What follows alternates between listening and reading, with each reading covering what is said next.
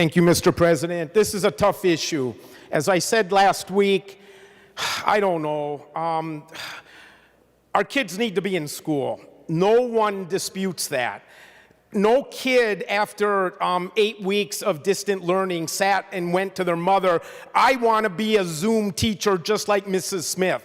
I want to be a Zoom coach just like Mr. So-and-so. Because they miss their teachers. They want to be back in school. But this issue is almost beyond our schools into another realm. And I have 5 quick points I'd like to make. And the first one is, according to 111 in the resolution, it says, whereas under the Minnesota Constitution, Article 13, Section 1, it is the responsibility. That word is not in Section 1. The word duty is. It's a duty. That's a big difference. We have a duty, the legislature, to secure, and again the words say, a thorough and efficient system.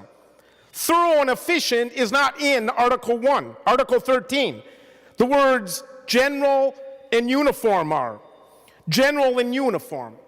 So I've been thinking about that word uniform throughout this debate right now, because we keep hearing the words, one size doesn't fit all. One size doesn't fit all.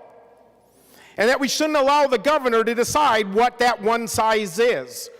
Well, colleagues, the coronavirus doesn't know where school district 1 ends and school district 2 begins.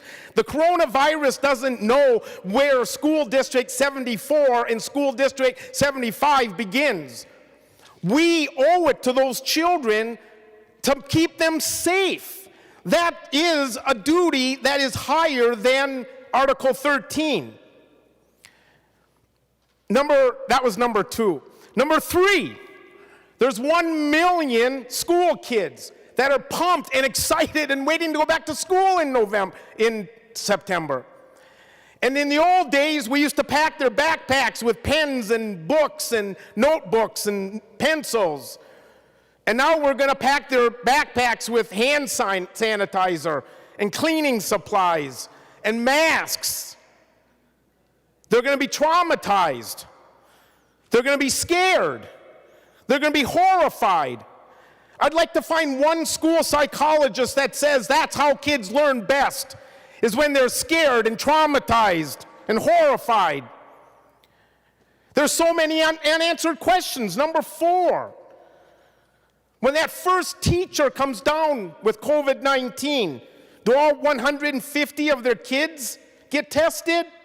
Who pays for those tests? Are they going to happen at school?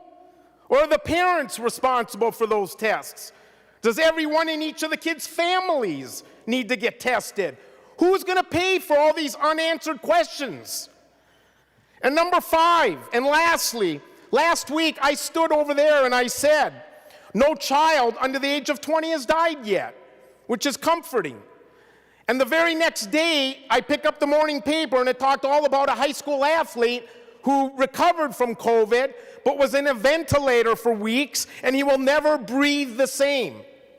He will never breathe the same. Those words, breathe the same, resonate at a different level today than they did previous to Memorial Day weekend.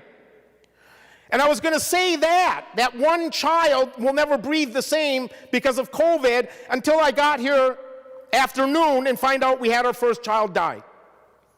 Our first kid died because of COVID. Our kids are looking to us because we do have a duty to create a general and uniform system of public schools. And I'm agonizing over whether or not they should be going back to school, but I think my agonizing ended with a line from the Talmud, which I constantly remind myself of. And the line goes like this: he who saves one life saves the world entire. I think trying to save our children's lives may be more important than our constitutional duty to create a general and uniform system of public schools. Thank you, Mr. President.